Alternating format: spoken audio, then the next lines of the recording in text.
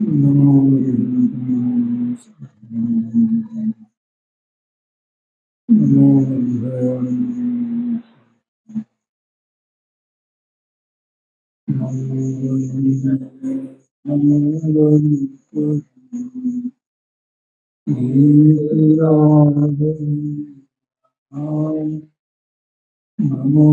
ताय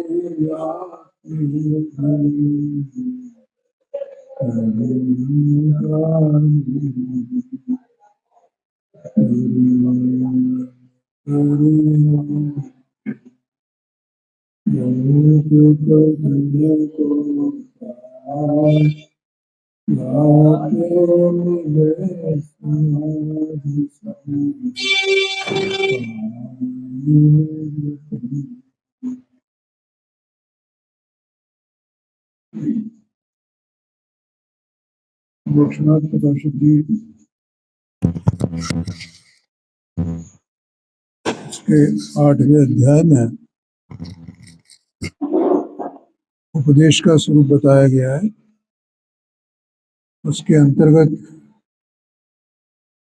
ये जो उपदेश है वो 4 अनुयोग रूप है। 4 अनुयोग का उपदेश करने का प्रयोजन क्या है, पहले ये बात यहाँ बताएंगे।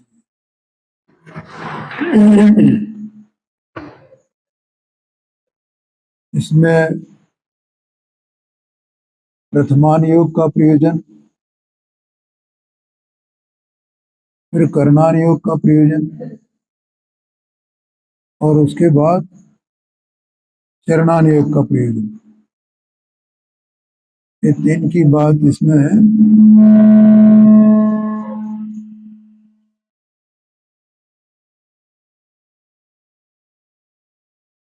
लगभग हो गई है।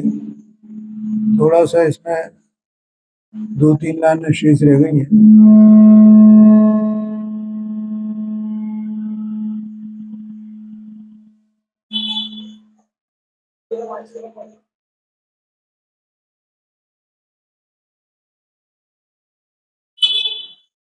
देखो 271 पेज पर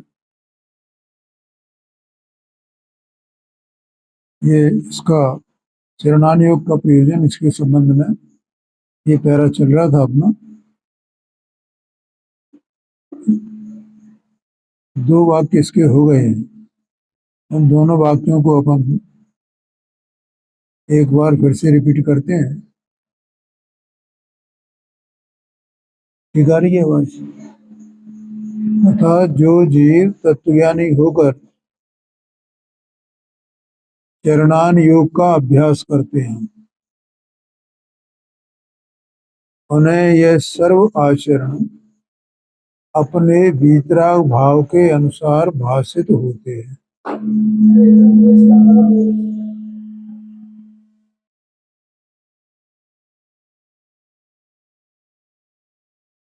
ये कल बताया था। अपने वीतराग भाव के अनुसार वे भाव, जो चरणान योग संबंधी जो भाव हैं, जो चरणान योग में वर्णित किए गए हैं, वे भाव अपने वीतराग भाव के अनुसार भाषित होते हैं। उसका कारण क्या है कि वीतराग भाव का और बाहर में जो आचरण दिखाई देता है, उन दोनों का निमित्त नैमित्तिक भाव है।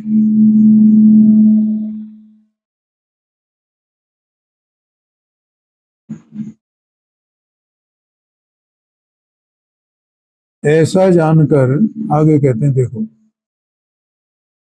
ऐसा जानकर श्रावक मुनि धर्म के विशेष पहचान कर जैसा अपना वीतराग भाव हुआ हो, वैसा अपने योग्य धर्म को साधते हैं। अने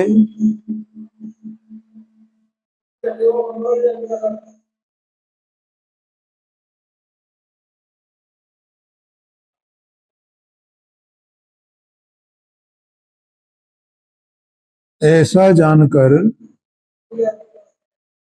श्रावक मुनि धर्म के विशेष पहचान कर, माने श्रावक धर्म का विशेष क्या है और मुनि धर्म का विशेष क्या है, और उन दोनों में क्या अंतर है उसको पहचान कर।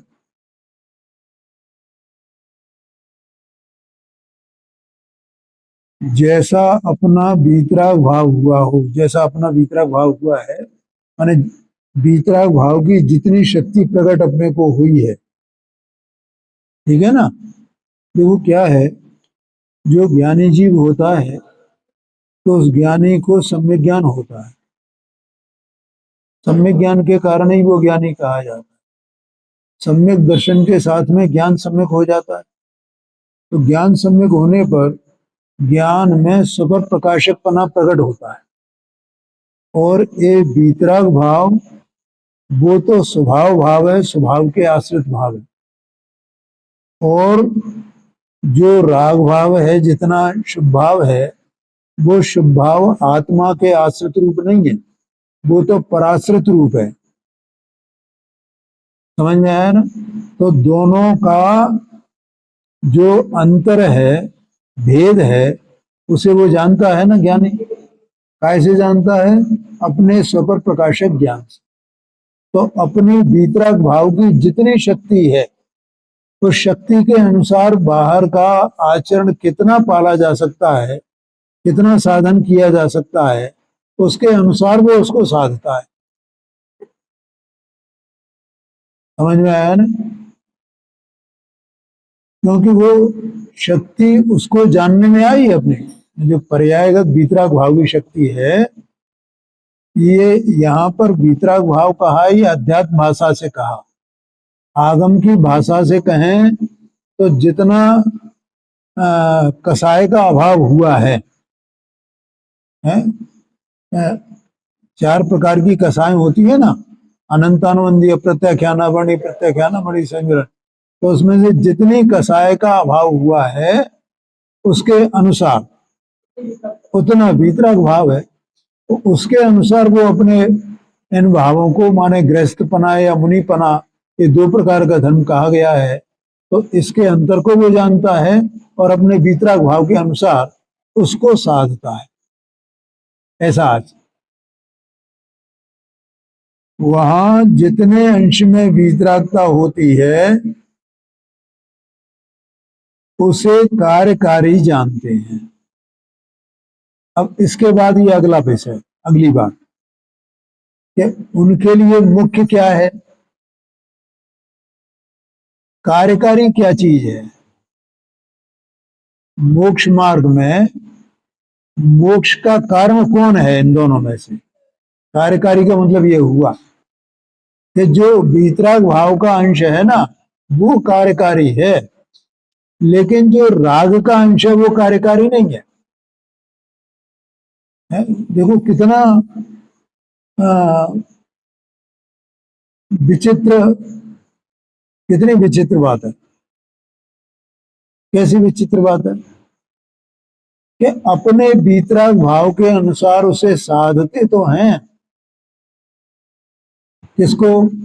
गृहस्थ धर्म या मुनि धर्म को, बाहर से बाहर का आचरण। लेकिन तो भी उसको कार्यकारी नहीं मानते हैं। कार्यकारी किसको मानते हैं? अपने वीतराग भाव को।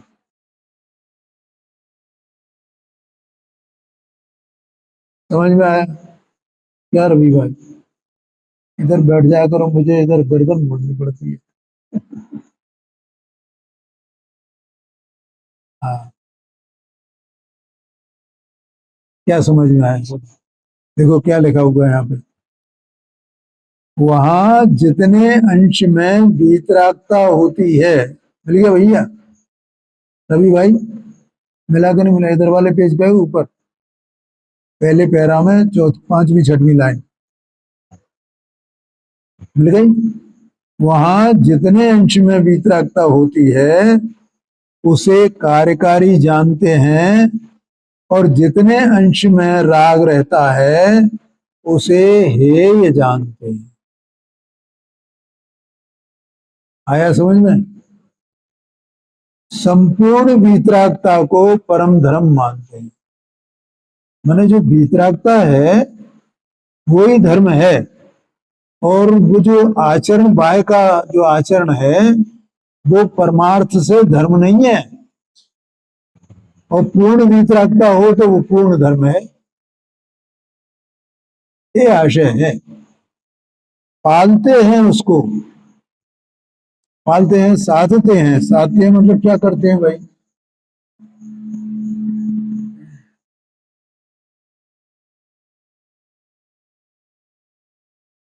साधने का मतलब ये है, देखो दो बातें होती हैं उसमें साधने में।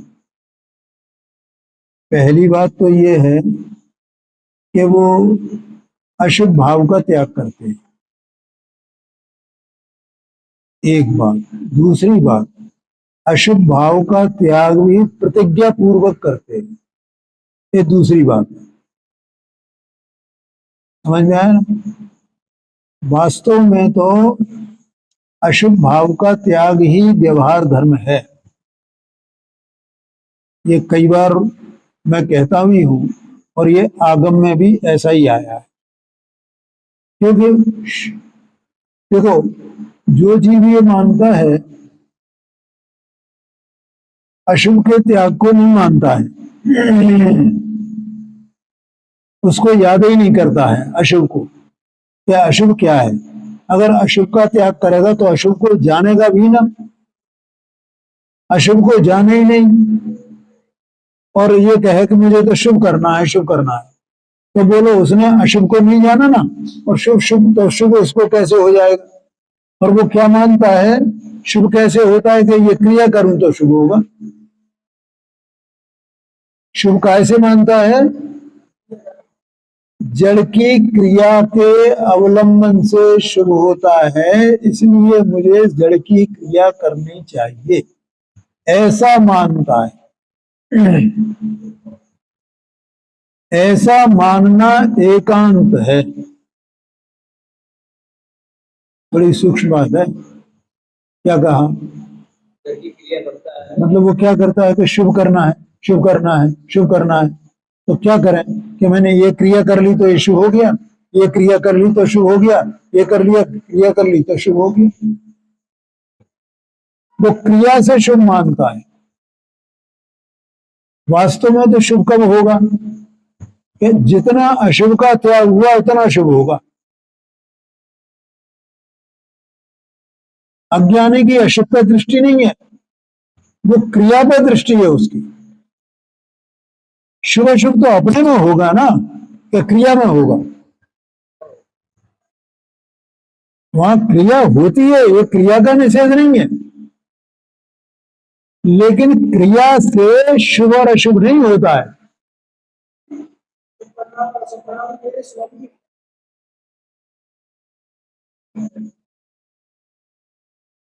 क्या कहा? ये समझ में आया कि नहीं? क्या बोलिए? क्रिया से शुभ नहीं होता है। जगत ये मानता है ये क्रिया करें तो शुभ होगा, ये क्रिया करें तो ये शुभ होगा, ये क्रिया करें तो ये शुभ होगा। क्रिया से शुभ नहीं होता है, अशुभ के त्याग से शुभ होता है। क्रिया से शुभ होना मानना वो एकांत है, और अशुभ का त्याग वो शुभ है, ये अनेकांत। आया कि नहीं आया? क्या? बड़ी विचित्र बात है। और ऐसे बड़े बड़े महात्मा लोग भी ऐसे ही मान रहे हैं, उनको कुछ खबर ही नहीं है, तो क्रिया पे ही जोर देते हैं। ये क्रिया करो, ये क्रिया करो, ये क्रिया करो, ये क्रिया करने से, ऐसी क्रिया करने से ऐसा होगा, ऐसी क्रिया करने से ऐसा होगा।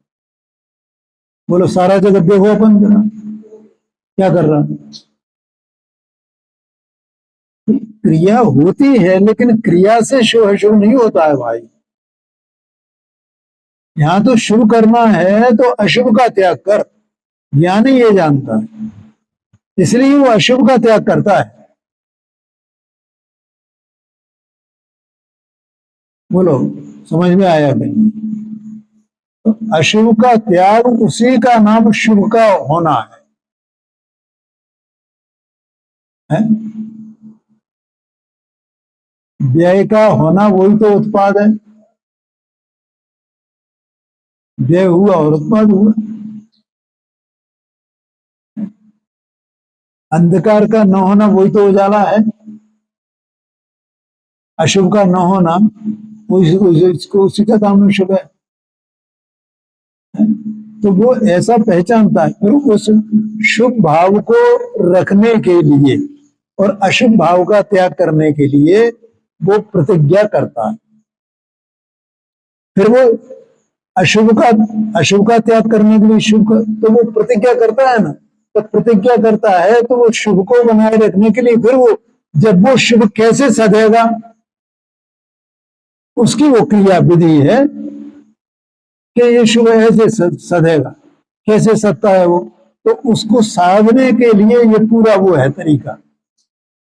क्या क्या है वो? श्रावक के 12 प्रकार के व्रत हैं। बोलो हैं कि नहीं है?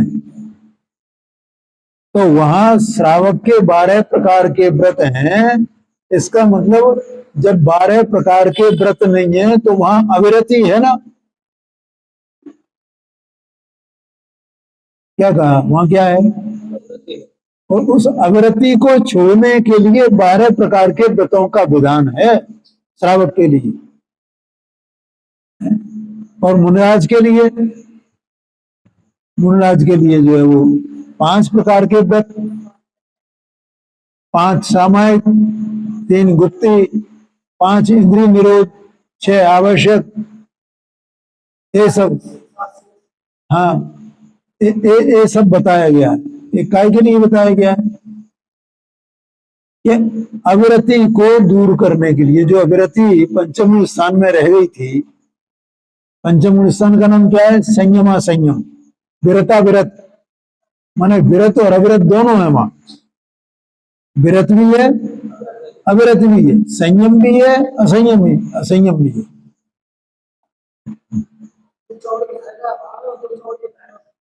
हाँ जी, हाँ जी, ठीक है भैया। तो वहां उसको वो यथायोग्य अपनी शक्ति के अनुसार एक 2 कार्य करता है। अशुभ का त्याग करने के लिए प्रतिज्ञाबद्ध होता है, इसका नाम उसको साधता है, बाह्य आचरण को साधता है। इसमें कोई प्रश्न किसी को हो तो पूछ लेना।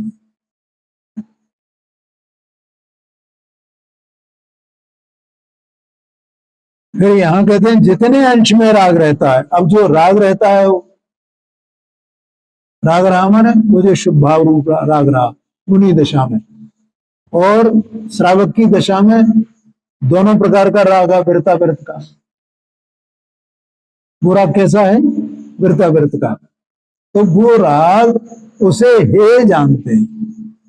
अविरत का राग भी हे है, विरत का राग भी हे है गृहस्थ अवस्था में है। और अपने भीतरा भाव को उपादेय मानते हैं। क्यों? क्योंकि वो उसका कारण है। इसलिए इससे क्या होता है कि उसको साधते हुए भी उसको उनमें उसमें कर्ता बुद्धि नहीं है, अहम बुद्धि नहीं है, उपादेय बुद्धि नहीं है। बोलो भैया, नहीं आया ख्याल? और अज्ञानी को क्या होता है कि व्रत पालता है, उसमें कर्ता बुद्धि होती है, उपादेय बुद्धि होती है, हे बुद्धि उसमें होती नहीं। ऐसा चरणान योग का प्रयोजन है। अब द्रव्यान योग का प्रयोजन बताते हैं। अब द्रव्यान योग का प्रयोजन कहते हैं, द्रव्यान योग में द्रव्यों का व तत्वों का निरूपण करके जीवों को धर्म में लगाते हैं। क्या कहा? द्रव्यानुग में क्या निरूपण किया गया है? द्रव्यों का स्वरूप का निरूपण किया गया है और तत्वों के स्वरूप का निरूपण किया गया। अभी एक दो दिन पहले बात चली थी ना, तो मैंने बताया था कि 7 तत्व क्या है, याद है किसी को? जीव अजीब ये दो बताए थे ना। तो जीव में क्या और अजीब में क्या? कि जीव में तो जीव के द्रव्य गुण पर्याय जो सब जीव में आ जाए, और अजीब में क्या आएगा कि ये ज्ञानावरणादिक 8 कर्म, उनके उदयादिक जो भी अवस्थाएं हैं,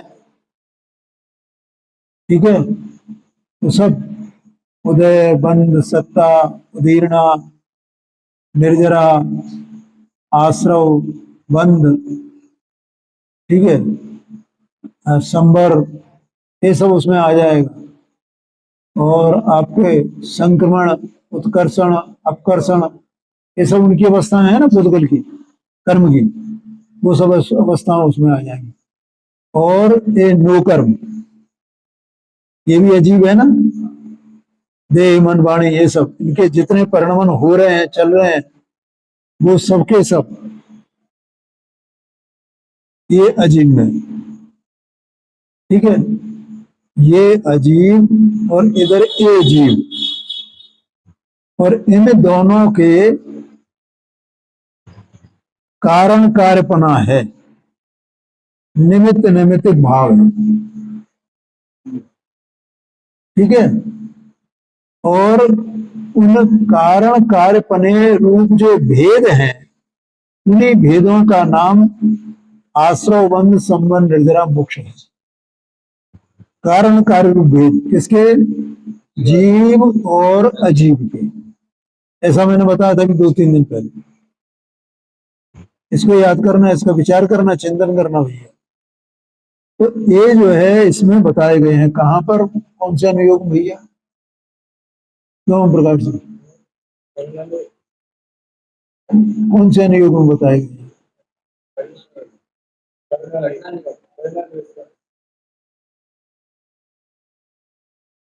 ये द्रव्यानुयोग में बताए गए, ये कह रहे हैं यहाँ पर। कौन सा प्रकरण चल रहा है? चलिए, मैंने शुरू कर दिया है अपन ने, देखो क्या लिखा हुआ है। दूसरा वाक्य देखो, द्रव्यान योग में द्रव्यों का व तत्वों का निरूपण करके जीवों को धर्म में लगा दे, लिखा है ना। तो ये तत्व की बात की मैंने अभी, 7 तत्व की बात बताई।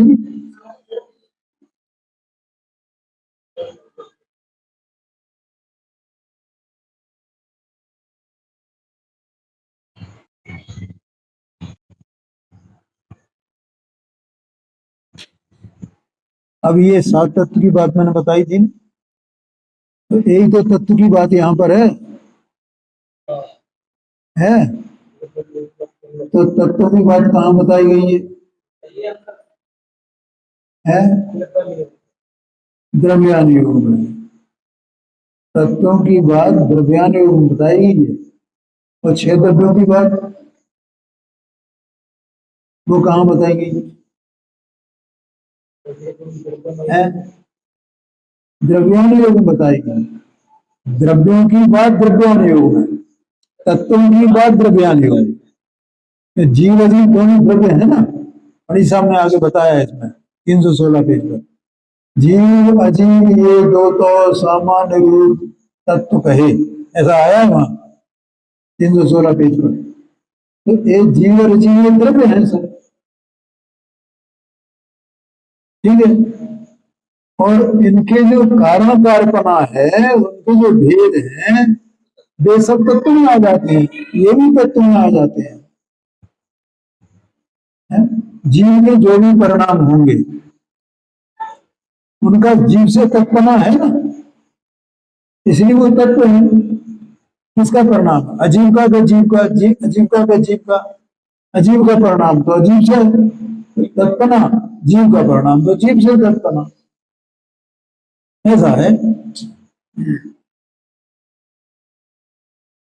तो इनको बता करके, निरूपण करके जीवों को धर्म में लगाते हैं। देखो कैसे धर्म में लगाते हैं कि ये स्वयं कौन है, जीव है। तो इनका स्वरूप समझ करके मैं कौन हूं, कौन सा द्रव्य हूं और कौन सा द्रव्य नहीं हूं, ये जानेगा नहीं है। द्रव्यानुग से कैसे धर्म में लगाते हैं?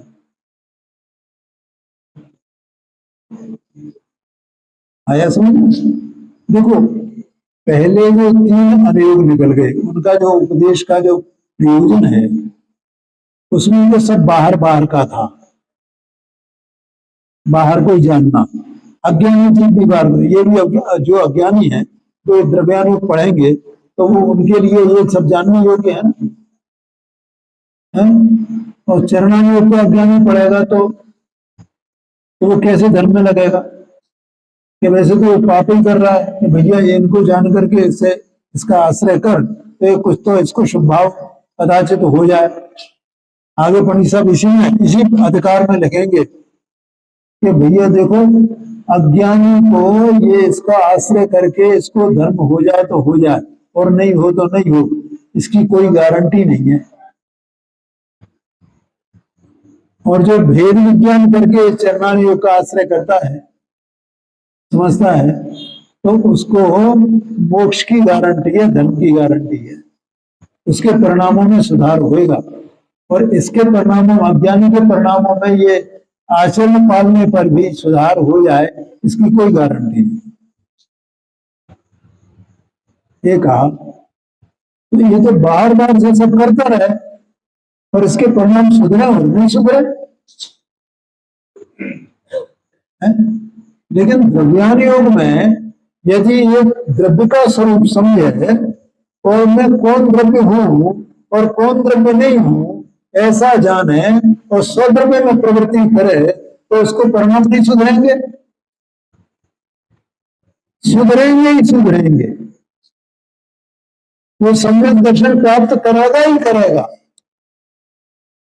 धर्म को प्राप्त होगा ही होगा। ये इसमें विशेषता है 3 अनुयोग से विशेष। देखो आगे कहते हैं जो जीव जीवादि द्रव्यों को वह तत्वों को नहीं पहचानते। अब जीवन की 2 श्रेणियां हर एक में बताइए, करणानुयोग में भी, चरणानुयोग में भी, प्रथमानुयोग में बताइए। 2 प्रकार के जीव कौन कौन से? एक तो जो द्रव्यों को, तत्वों को पहचानने वाले हैं, और एक जो नहीं पहचानने वाले हैं। जो पहचानने वाले हैं वो कौन है? विज्ञानी है। और जो नहीं पहचानते वे,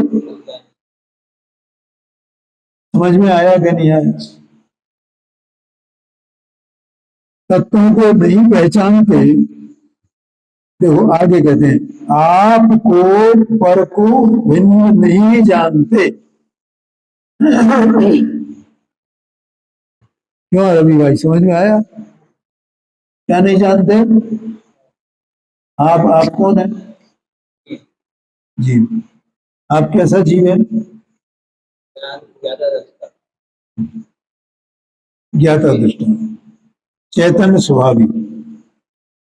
रोज रोज अपन कहते हैं, क्या कहते हैं?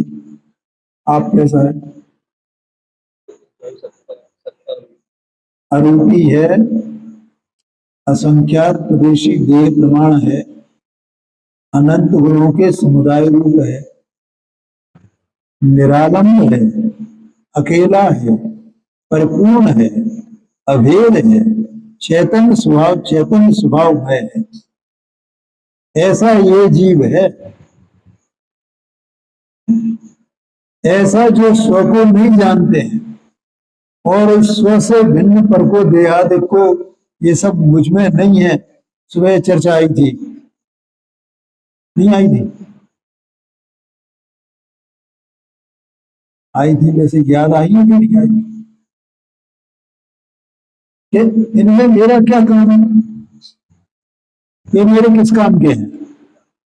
ये जो आत्मा जो मैं हूं, मेरे ये शरीर आदि कि ये मेरे क्या काम है, देह मन वाणी इनसे मुझे क्या काम, और ज्ञानावरण आदि गाढ़ कर्मों से मेरा क्या काम, ये बात आई थी ना। चलो, ऐसा जो स्वपर को भिन्न भिन्न नहीं जानते हैं, नहीं जानते, उनकी बात है। उन्हें हेतु दृष्टांत युक्ति द्वारा, ख्याल में आया कभी, हेतु से, हेतु माने कारण, ऐसा क्यों है, इसका जो जवाब होता है वो हेतु होता है। नहीं, अपन पूछते हैं ना, ये ऐसा क्यों है, ऐसा क्यों है, उसका जो जवाब आता है वो हेतु कहलाता है शास्त्र की भाषा में। दृष्टांत से तो अपन ये स्वाध्याय करते हैं, सुबह भी चलता है शाम को भी चलता है, तुम्हें दृष्टांत देते हैं नहीं देते?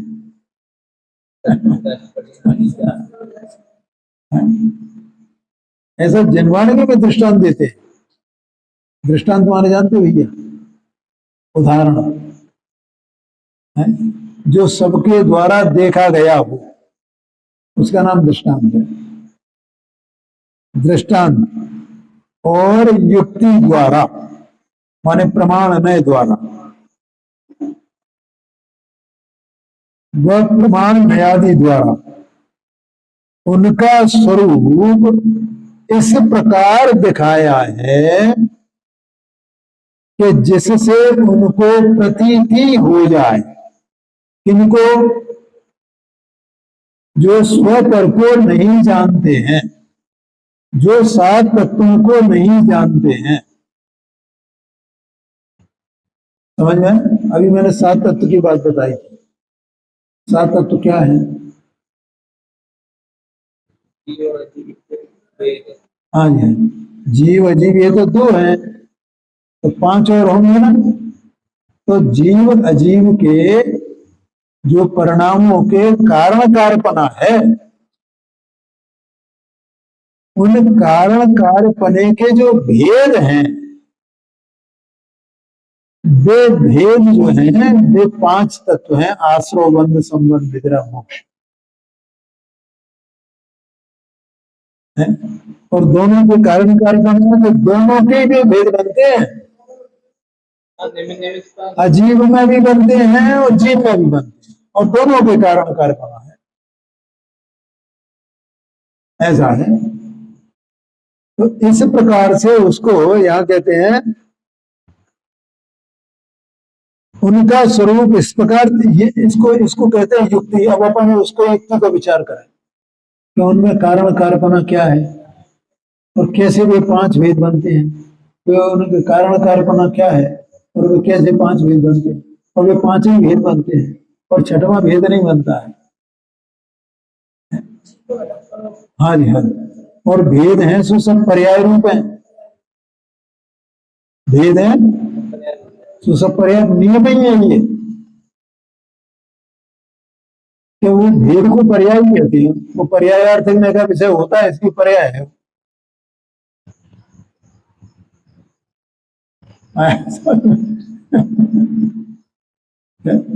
कुछ बातें तो ऐसी होती है भाई, सब वास्तव में तो वो समझाई नहीं जा सकती, कही नहीं जा सकती, क्या करें।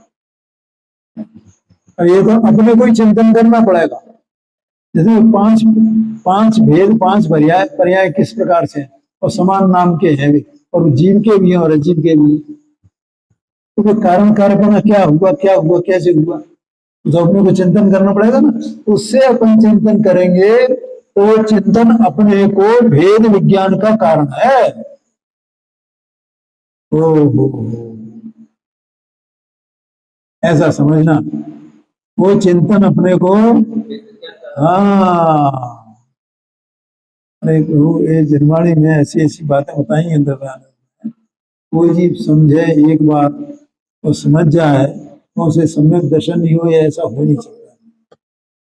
लेकिन अपने को पुरुषार्थ करना पड़ेगा, उसमें उपयोग लगाना पड़ेगा, मशक्कत करनी पड़ेगी, उसके बिना कोई कुछ भी हासिल नहीं होता। संसार में भी सब जो जितने जो करते हैं सब मशक्कत करते हैं तभी तो लोग ऐसे रिद्धियां सिद्धियां उन्हें प्राप्त होती हैं। बिना मशक्कत के किसको हो जाएगा? लौकिक जो अपना जीवन है ना उसमें तो बिना मशक्कत के हो जाएगा। अरे कोई ये कहेगा भैया यहाँ धन गड़ा है तुम इसे ले लो, तो वो बैठा बैठा बैठा रहे, उसको खुदाई नहीं कर पाए, उसकी मशक्कत नहीं करे तो मिल जाएगा उसको? वो ही नहीं मिलने वाला, ऐसा समझना।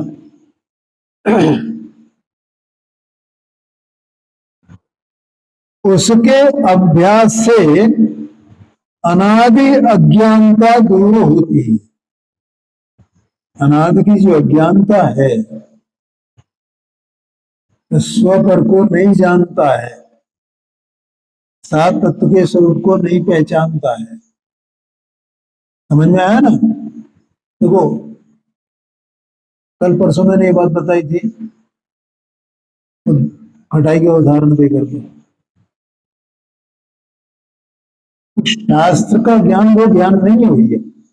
शास्त्र ज्ञान से अज्ञान दूर नहीं होता, इसलिए उसको ज्ञान नहीं कहा। शास्त्र ज्ञान से अज्ञान दूर नहीं होता है, इसलिए शास्त्र ज्ञान वो ज्ञान नहीं है। तो फिर अज्ञान कैसे दूर होएगा?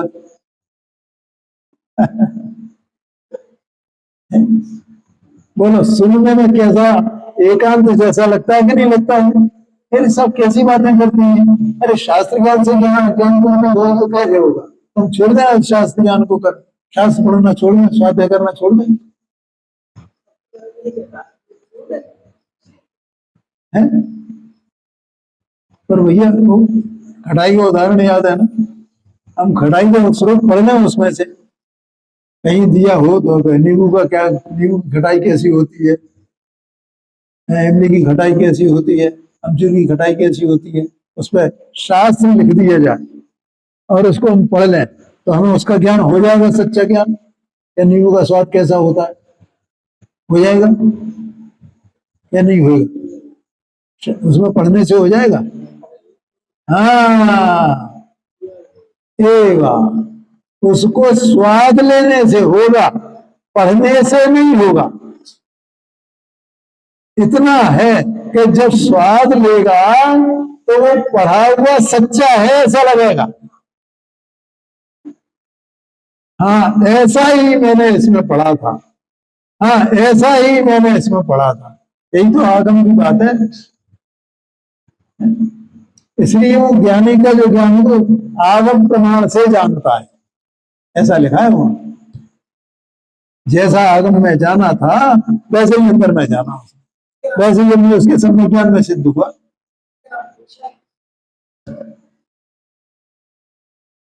आया समझ? भैया उसके बिना नहीं होगा। ये यहां कहते हैं देखिए, उसके अभ्यास से अनादि अज्ञानता दूर होती है।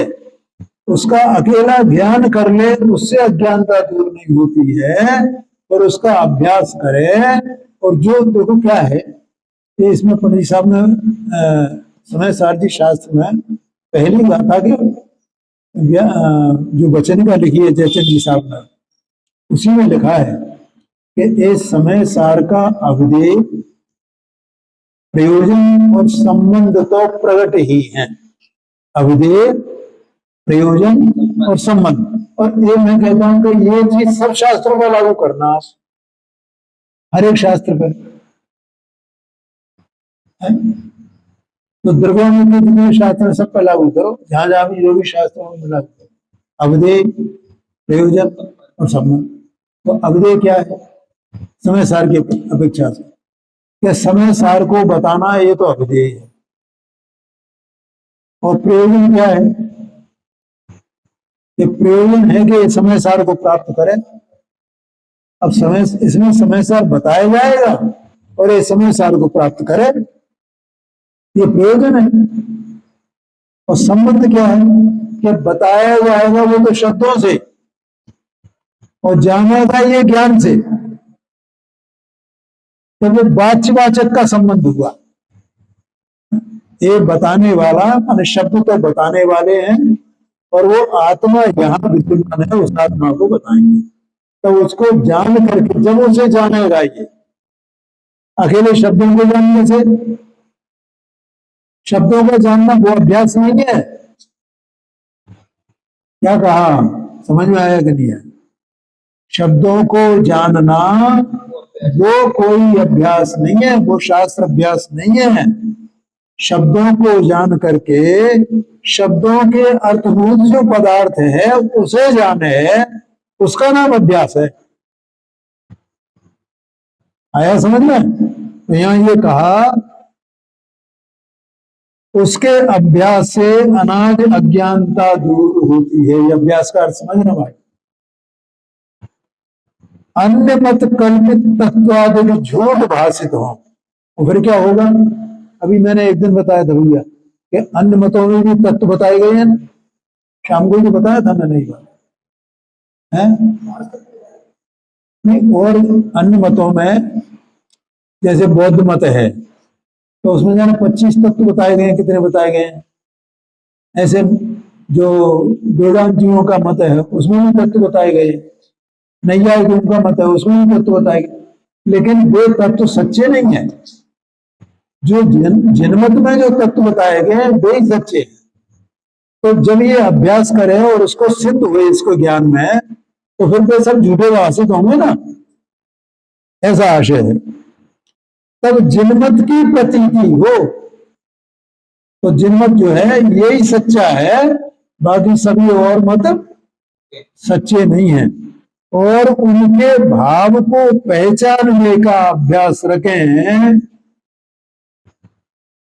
इनके भाव का, ये जो अभी मैंने बताया कारण कार्यपना, ये सब मैंने बताया ना, इनके भावों को पहचानने का अभ्यास करें। क्योंकि बेभाव कहीं और नहीं है, बेभाव तो यही है, अपने में ही है सब, यही का यही परिणाम है।